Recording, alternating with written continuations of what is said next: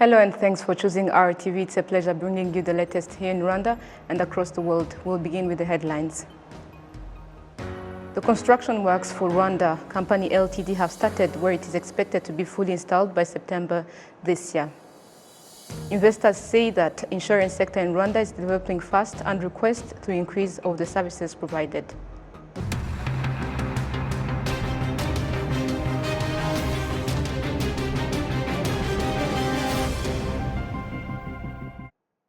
It's a pleasure to have your company tonight. I'm Olive Nete. Now, construction works for Rwanda Fertilizer Company Ltd have started, where it is expected to be fully installed by September this year, 2023, and citizens have expressed an expectancy of reduction in prices of fertilizers. Shina Teta kicks us off tonight. With partnership between Rwanda and Morocco, Rwanda Fertilizer Company Limited is being constructed in Gashora sector located in Bugesera district, and this comes in as response to fertilizer production challenges observed on the African continent. This, among others, is one of the projects in which the Rwanda Sovereign Wealth Fund Agaciro Development Fund that has been operating for 10 years, established to respond to Rwanda's economic uncertainties as far as self-reliance is concerned. The CEO of Agaciro Development Fund affirms the operation of Rwanda Fertilizers Company Limited to start in September this year.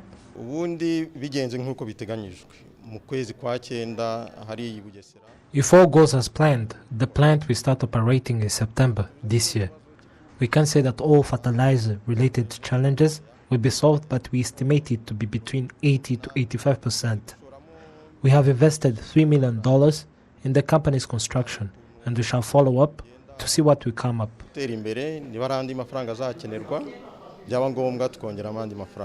Agaciro Development Fund currently has an asset value of $299 million with shares in 29 companies in Rwanda, and 71.4% of its assets was invested in business institutions, where 25% is for bonds and 3.6% being the fund's utility assets. Citizens are expecting to see a decrease in prices of fertilizers given the fact that the company will be based in Rwanda. It will be easier for us because the company is being constructed near where we live and will be charged less compared to the current prices. It will be an advantage to all those with no access to fertilizers as well. Among the companies in which Agaciro Development Fund has invested are Simirwa, Bank of Kigali, Irembo, to mention but a few. The Chief Operations Officer at Rwanda Finance Limited says that the growth of the fund implies advancement in the country's economy as well as its investment portfolios. For us, representing now Kigali International Financial Center, which is really the initiative behind positioning Rwanda as a financial services hub, it's a great testament to the potential that Rwanda has in terms of attracting capital. And it's also a great testament to the role we can play in enabling, investors or sovereign wealth funds to be able to increase and accelerate investment into the key sectors that will really support our economy. Agaciro Development Fund was established in 2012 as an emergency fund as response to Rwanda's economic hardships, and indeed one of the strategies to instill dignity and self-reliance in Rwanda's development journey. Shina Teta, RTV News. Thank you, Shina, for the report. Now, moving ahead, investors say that the insurance sector in Rwanda is developing fast and request the increase of the services provided. This is said as the personnel in this sector demonstrate that they are introducing new services people are not familiar with. Prince Manzi with the report. Jerome Rubindo is a businessman in Kigali. He states that in the 1970s, Rwanda had only one insurance company. ibijyanye na za assurance ubwishingizi mu Rwanda biragenda bizamuka cyane kubera ko On insurance services in Rwanda, it is a sector growing because around 1977-1978, there was only one insurance company, Sonarwa, owned by the government. Currently in 2023, we have a lot of insurance companies. The services provided are in various sectors: agriculture, education, even accidents in houses are being insured for. babyishingiraga amazu yahiye cyangwa se abana ku ishuri. Rubindo adds that as the sector continues to develop, so all the services provided have to increase.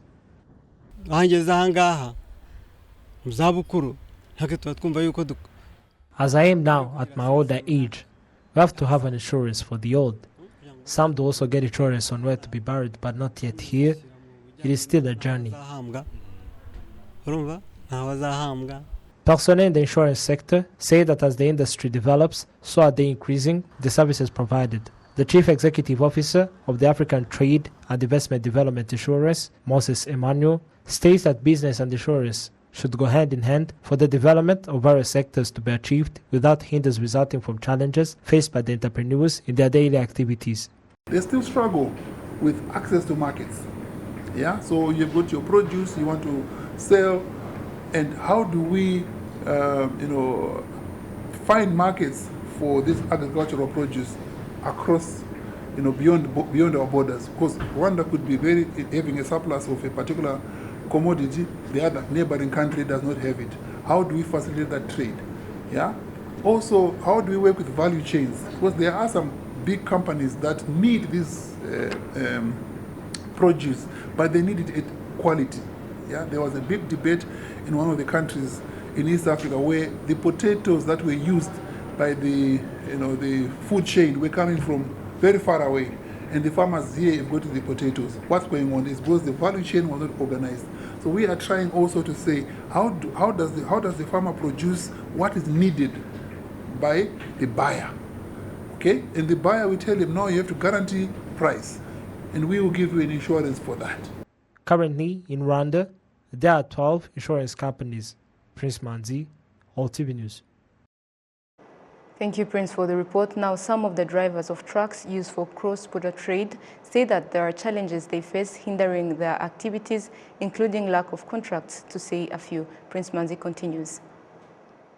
In the discussions held between these truck drivers and the Rwanda National Police alongside the Rwanda Revenue Authority, they demonstrated how their employers mistreat them and sometimes lead to accidents due to driving inattentively. Some of the truck drivers outlining these include transporters of petroleum to Rwanda. Iyo stress ushobora kuba ugiye safari utarishyurwa umaze nk'amezi 2-3. The stress is because of how one could go on a business trip after like 3 consecutive months without being paid.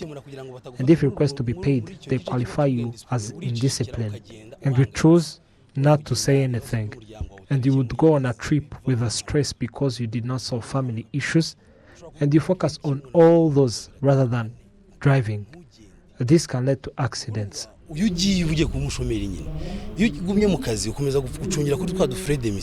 The traffic police states that they are going to advocate for these issues to be addressed for preventing accidents resulting from driving inattentively. Muri rusange ibibazo bagaragaje ni ibibazo bijyanye nyine n'imikorere n'abashe. In general, issues demonstrated are work related, and all these are to be solved through providing contracts, because all these can lead to accidents as drivers are stressed.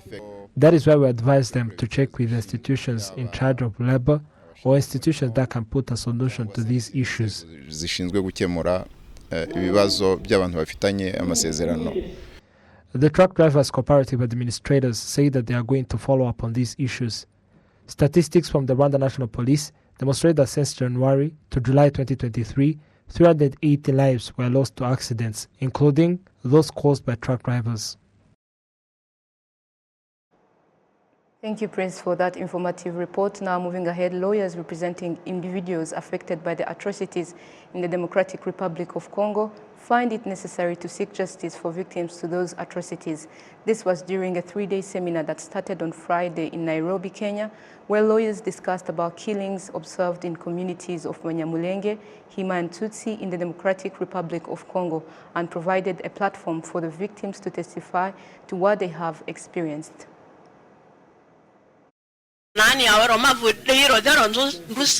We were 8 children at home. I am the only one who managed to survive because the other 7 were killed. On the day that my husband and children got killed, the killers went to my fields and looted my maize, beans and Irish potatoes. Jean-Paul Hashaka, who is one of the lawyers representing victims of the atrocities in the DRC, finds the approach of seeking justice to the victims of the atrocities essential. It's critical for justice to have a seat at the table in today's discourse in the country, because we believe, as the collective, as lawyers, and I'm sure so many others in this room and elsewhere, that there would not be peace in DRC if justice is not distributed, if justice is not done for the victims. That's why we wanted to offer this platform to victims so they can tell their stories. Now, so that victims' voices and can be heard, so that the whole truth can be heard and shared. It's been 4 years since this group of lawyers joined to collect testimonies of those affected by the ongoing killings in the Eastern and Southern Democratic Republic of Congo and the province of Ituri. Now moving ahead, this evening in Kigali, the second awarding ceremony of Rwanda Influencer Awards is being held. The awarding aims at promoting social media usage for positive impact, as well as supporting the development of social media users. Our colleague Adam Squizera is at the place and he will provide us more details. This is RwandaTV News reporting here at Rwanda Influencer Awards in Kigali. Literally, this Rwanda Influencer Award is dedicated to appreciate and recognize social media influencers and other various influencers in different sectors such as health, media, and among others. Right here, I'm with the CEO of Supra Family Limited, Alphonse Nsengiyumva, who is going to explain more about this Rwanda Influencer Awards. You will start explaining what are the criteria considered while delivering this award. Okay, thank you very much. The reason of Rwanda Influencer Award is to recognize the people with positive impact in our society. So we look to those people who are using the social media or the platforms to promote or to do whatever is possible in order to make impact in the Rwanda community or the society. So we are recognizing them. Yes. So what are the criteria? I mean, when you are selecting the categories of those people who have to be awarded in this Rwanda Influencers Award? So there are many criteria because, as I said, when you are looking to influencers, there are no common criteria. So that's why we have different categories. So we have social media influencers, we have media personality influencers. So we look to each category and we look what he's doing in order to impact the society. So what he's doing to inspire other generation, the new generation. So we make we have many criteria, but the most important is to look for what he do as inspiration, advocacy, and the impact he's doing in the society. What do we mean when we say influencers? Everywhere they mean influence, social media influencers, but literally, Rwanda Influencer Awards, what do we mean as an influencer himself individually? Yeah, as a Rwanda influencer, we mean someone who is inspiring. It means someone who is making advocacy. It means someone who is making impact, positive impact. So in 3 words, it's what means for us influencer. Actually, how many influencers you are going to recognize in this night of recognition and awarding? Okay, in this night we are going to award around 9 influencers. 9 influencers include People Choice Awards, who is not in competition, plus 1 media house, which is also a media house which is influencing in what they are doing. As a media, most media in Rwanda, they are working online, they have digital platforms, so it's one of the categories we are going to award. So it's 9 people plus 1 company. Thank you so much. Welcome. Wow, that is Rwanda Influencers Award. This was the CEO of Supra Family, which organizes this event of Rwanda Influencers Award. I'm Adam Squizera, and this is RwandaTV News.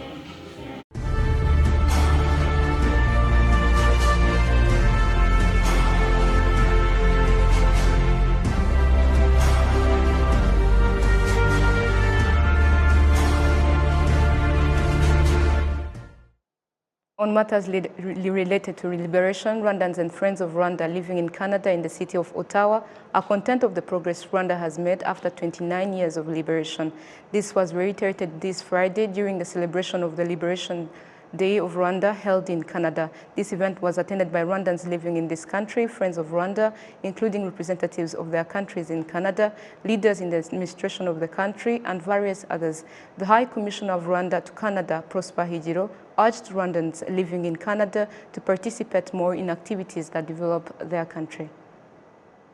We shared with the audience about what Rwanda has been able to achieve during the last 29 years of liberation, including attaining peace and security, unity and reconciliation, justice, but also sustainable development in terms of infrastructure, health, education, and so on.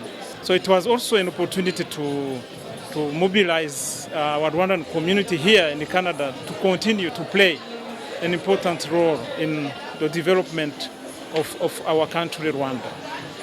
Still on the same matter, Rwandans living in the United States of America in Washington, D.C. on Thursday also celebrated the Liberation Day. The celebration of Rwanda's liberation was attended by representatives of their countries in the United States of America, officials in America, journalists working for various media outlets in Washington, D.C., Rwandans who live there, and friends of Rwanda. The ambassador of Rwanda in the United States of America, Mathilde Mukantabana, pointed out that everything Rwanda has achieved is thanks to the good leadership.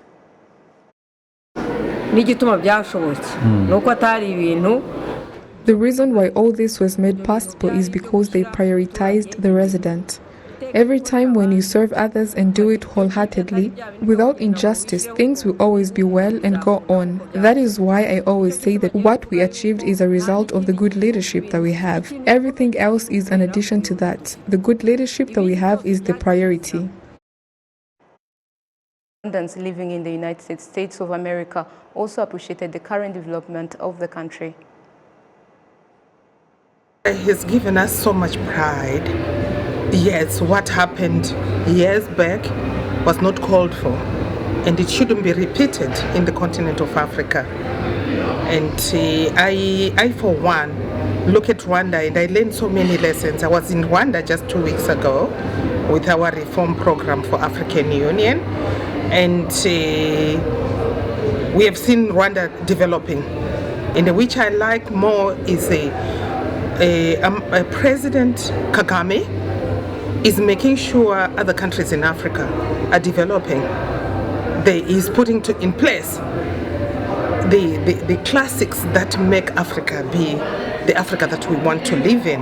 To me, Rwanda, and the ambassador mentioned it this afternoon on this wonderful occasion, the 29th commemoration of liberation, is the model of reconciliation. That is a model for the world community, and it's just so impressive. And I think it's an unsung model. I think we could take that model into other conflict areas all over the world. And the first time I came to visited the embassy, I asked them, the educational representative, I said, what do you attribute your success post-genocide? He said, leadership and the ability to do better. I mean, those are human qualities, and it's so endearing. So in terms of safety, quite frankly, I think Rwanda is the safest country in the world for a woman traveling alone.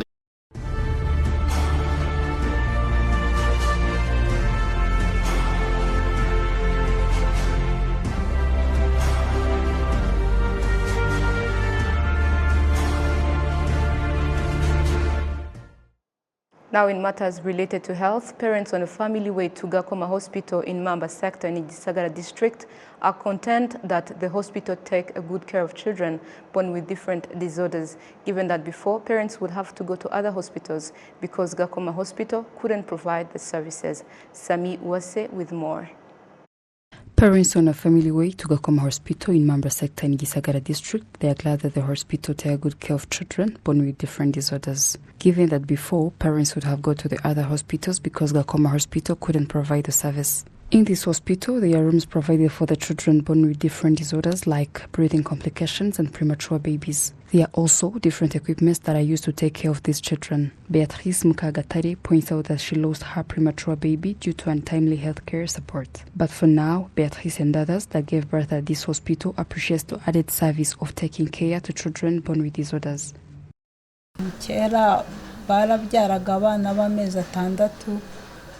Before, parents gave birth to premature babies of 6 months, and if a child born breathing later, they could lose their lives due to lack of healthcare support.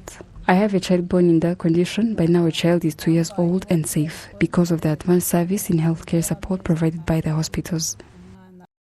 Minani Jean-Baptiste of Gakoma Hospital says that the service of taking care of children born with disorders provided a positive outcome.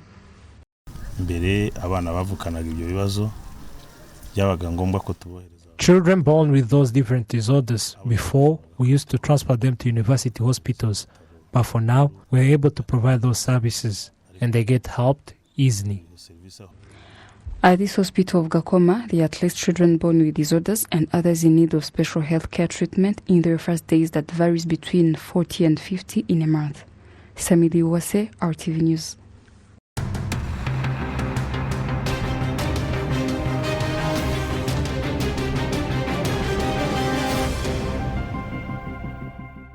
Thank you for staying loyal to Rwanda Television News. Have a blessed and fruitful weekend ahead. Bye for now.